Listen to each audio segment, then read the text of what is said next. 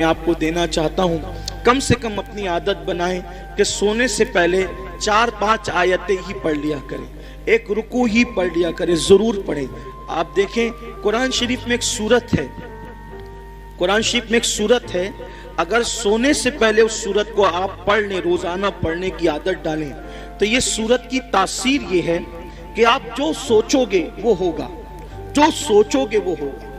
اس سورت کا نام ہے سورہ مزمل، 2 رکوع پر مشتمل ہے یہ سورت، اور 5 منٹ سے بھی کم کا وقت لگتا ہے۔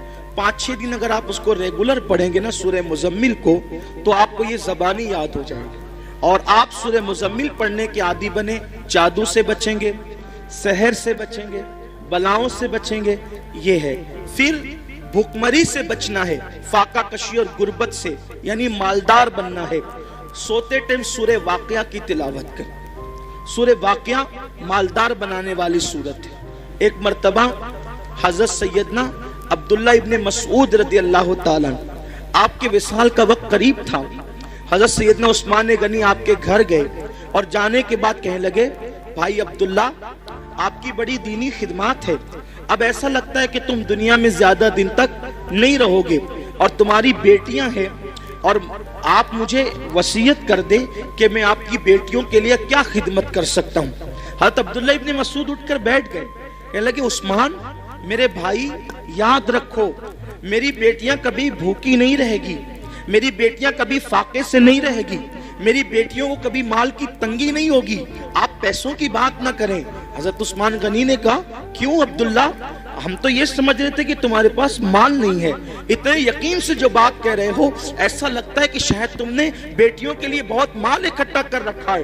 عبداللہ بن مسعود کہتے ہیں نہیں، بیٹیوں کے لیے مال اکٹھا نہیں کیا ہے، مجھے اپنے نبی کے فرمان پہ بھروسہ ہے۔ اللہ کے رسول علیہ السلام نے فرمایا کہ جو سونے سے پہلے سورہ واقعہ کی تلاوت کر لے گا اس کے گھر میں کبھی فاقہ کشی نہیں ہو سکتی۔ میں نے میری بیٹیوں کو سورہ واقعہ کی تلاوت کرنے کا عادی بنا دیا ہے، جب تک وہ سورہ واقعہ پڑھتی رہے گی انشاءاللہ کبھی ان کو فاقہ کشی کی نوبت نہیں آئے گی۔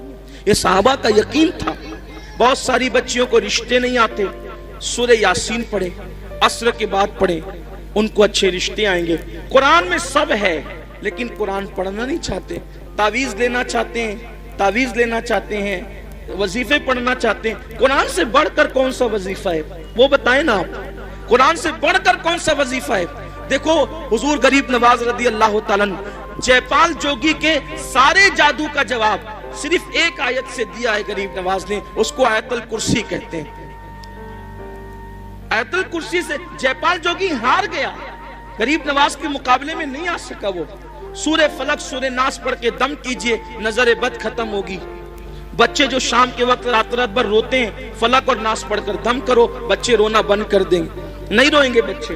نظر لگتی ہے 3 مرتبہ لیلاف قریش پڑھو، نظر فوراً ختم ہوگی۔ اب آپ کہیں گے ہم تو کرتے ہیں نا لیکن اثر نہیں ہوتا، یہی بات خاص ہے، یہ بات خاص ہے۔ ایک مجھے بہت خوبصورت بات یہاں یاد آئی، ہمارے مرشد آبرو سلسلہ چشتیہ شہباز اولیاء حضرت سیدی بابا فرید الدین گنج شکر رضی اللہ تعالیٰ، یہ سلسلہ چشتیہ کی آبرو ہے بابا فرید، بڑے پیارے بزرگ ہیں بابا فرید الدین۔ غریب نواز نے کہا تھا قطب الدین ایسے شہباز کا تو نے شکار کیا ہے کہ اس کے ذریعے سے قیامت تک تیرا نام زندہ رہے گا۔ بابا فرید کے پاس ایک عورت آئی اور آ کر کہتی سرکار میری بیٹی کی شادی ہے، پیسوں کا انتظام نہیں، سرکار انتظام کر دیں۔ اب وہ اللہ والے لوگ، اور بابا فرید جیسا اللہ والا، بابا فرید جب پاک پٹن میں رہنے گئے تھے شروع میں تو ایک درخت کے نیچے قیام تھا، اور جو کپڑوں کی پوٹلیاں اور جو سامان کی گٹریاں تھی نا وہ رکھنے کو جگہ نہیں تھی۔ پنجاب کے لوگ یعنی پاک پٹن کے لوگ بہت ستاتے تھے، رہنے نہیں دیتے تھے، تو سامان کہاں رکھیں اپنا، تھا تو تھوڑا ہی سامان، جگہ تو چاہیے، تو درخت پہ لٹکا کر رکھتے تھے سامان۔ اب جس کا خود کا چھت نہ ہو اس کے پاس آئیے کیا کہنے، میری بیٹی کی شادی نہیں، شادی ہے پیسے کا انتظام نہیں۔ اب بابا فرید، اور بابا فرید، فرید مطلب فرید، یہ ان کا نام نہیں فرید، ان کا نام ہے مسعود، اور ان کا لقب ہے فرید۔ فرید کا مطلب ہوتا ہے یکتا، یکتا، بے ہمتا، کوئی ہمسر نہیں، کوئی ثانی نہیں ان کے دور میں، وہ تھے فرید الدین۔ بڑھیا آئی، آنے کے بعد کہا پیسوں کا انتظام نہیں، سرکار بابا فرید نے کہا ایک کام کر مائی، وہ سامنے جو ڈھیلا پڑا ہے نا مٹی کا، وہ ڈھیلا میرے پاس لا۔ وہ ڈھیلا لائی، فرمایا پکڑ اس کو۔ اس نے ڈھیلا پکڑا، بابا فرید نے سورہ فاتحہ پڑھی 3 بار۔ کتنی بار؟ کون سی سورت؟ سورہ فاتحہ کا مطلب زور سے بولیے، الحمدللہ ہی سب کو یاد ہے نا؟ سورہ فاتحہ 3 بار پڑھی، دم کیا، فرمایا اس کو ڈھانک لے اور گھر جا کے کھولنا۔ ڈھانک لیا، گھر جا کر کھولا تو وہ سونا بن گئی۔ مٹی کیا بن گئی؟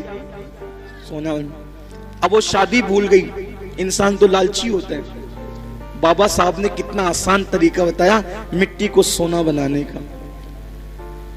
اس نے شادی بھول گئی، بولا یار ایک ڈھیلے پہ اگر پڑھا نہیں ہے سورہ فاتحہ تو پھر ایک ڈھیلے پہ کیا پڑھنا۔ وہ ڈھیلے ہی جمع کرتی رہی مٹی کے، پورا گھر بھر دیا ڈھیلے سے، اور جب رات ہوئی تو فاتحہ پہ فاتحہ، فاتحہ پہ فاتحہ، فاتحہ پہ فاتحہ پڑھتی رہی، پھونکتی رہی، پڑھتی رہی، رات سے صبح ہو گئی، وہ مٹی کے مٹی رہی۔ اس نے کہا بابا صاحب نے تو میرے سامنے یہی پڑھا تھا، اس کے سوا کچھ نہیں پڑھا تھا، اب سونا بنا دیا، اور میں رات بھر پڑھی، غصے میں صبح آئی، کہا سرکار کیا بات ہے یہ؟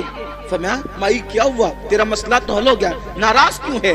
کہا کہ آپ نے سورہ فاتحہ پڑھا تو مٹی سونا بن گئی، میں پوری رات، آپ نے صرف 3 بار پڑھا تھا، میں پوری رات پڑھ پڑھ کے پھونکتی رہی، وہ مٹی کے مٹی رہی۔ اور صحیح بتانا آپ نے فاتحہ کے سوا کچھ پڑھا تھا؟ کہا نہیں فاتحہ ہی پڑھا تھا، کچھ نہیں پڑھا تھا۔ تو کہا کہ آپ پڑھتے تو سونا، ہم پڑھتے تو مٹی۔ بابا صاحب نے مسکرا کے کہا او مائی فرید جیسی زبان تو لا، فرید جیسی زبان تو لا۔ کسی کو ٹائیفائڈ ہوتا ہے، ٹائیفائڈ کا مرض، چائے پیتا ہے تو کیسی لگتی ہے؟ کڑوی۔ کیسی لگتی ہے؟ بولو چائے کڑوی ہے کہ زبان کڑوی ہے؟ کیا کڑوی؟ آدمی کہتا ہے چائے کڑوی ہے، آدمی کیا کہتا ہے؟ چائے کڑوی نہیں ہے۔ اگر چائے کڑوی ہوتی تو سب کو کڑوی لگتی، تیری زبان کڑوی ہو گئی ہے۔ کیوں؟ کیونکہ تجھے بیماری ہے، بیماری کی وجہ سے تجھے چائے کڑوی لگ رہی ہے۔ ایسے ہی جیسے ٹائیفائڈ والوں کو چائے کڑوی لگتی ہے، ویسے ہمیں گناہوں کا ٹائیفائڈ ہو گیا ہے۔ جس دن یہ گناہوں کا ٹائیفائڈ ختم ہو جائے گا، ہم بھی سورہ فاتحہ پڑھیں گے اور مٹی سونا بنتی چلی جائے گی۔ لیکن کوئی بیماری کے، یہ گناہوں کے ٹائیفائڈ سے نکلے تو صحیح۔